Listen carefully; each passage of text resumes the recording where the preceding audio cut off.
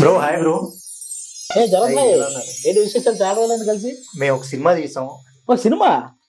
ఎందుకు? డైరెక్టర్ ఎవరు?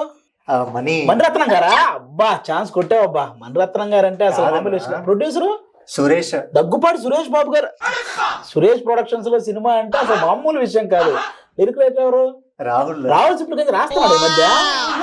ఓహో అలా వచ్చారా? ఇంతకు మీకు డైరెక్టర్ రెహమాన్. అరే music direction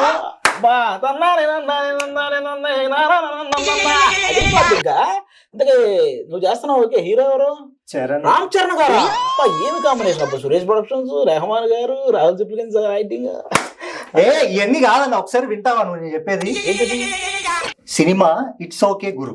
it's okay Guru. It's okay Guru. Okay, దాంట్లో చేసింది నేనే. నువ్వా? నేను. It's okay Charan Sai. Director Manikanta. Music director Mohit Rehman. Mohit Rehman. Producer మా సురేష్ గారు. సురేష్ అంటే సురేష్ బాబు కాదు కాదు. ఓకే, సురేష్. దాంట్లో సాంగ్ రిలీజ్ అయింది, మీరు చూస్తారని చెప్పి తీసుకొస్తే రాహుల్ సిప్లిగన్స్, రాహుల్ రెడ్డి ఇన్ఫినిటీ అని చెప్పి కొత్త ఇన్ఫినిటీ. Okay okay. ఓహో, మొత్తానికి మీ అందరి కాంబినేషన్ లో ఇట్స్ ఓకే గురు అని ఒక సినిమా. అందులో నుంచి లిరికల్ సాంగ్. ఓ సూపర్, అది సూపర్ అబ్బా. ఇట్స్ ఓకే గురు కాదు, ఇట్స్ డబల్ ఓకే గురు. అలా ఉంది సాంగ్ లిరిక్స్ గానీ. అలాగే మెయిన్ విషయం సిద్ధార్థ్ గారు పాడడం. సిద్ధార్థ్ గారు ఆల్మోస్ట్ మన అందరికి చాలా చాలా చాలా ఫేవరెట్ పర్సన్.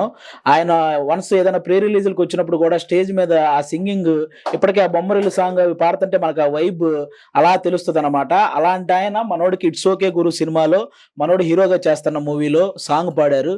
నాకైతే చాలా చాలా బాగా నచ్చింది. యూట్యూబ్లో రిలీజ్ అయింది, మీరు కూడా చూసి ఆ సాంగ్ని ఇంకా సక్సెస్ చేయాలని మనస్ఫూర్తిగా కోరుకుంటున్నాను.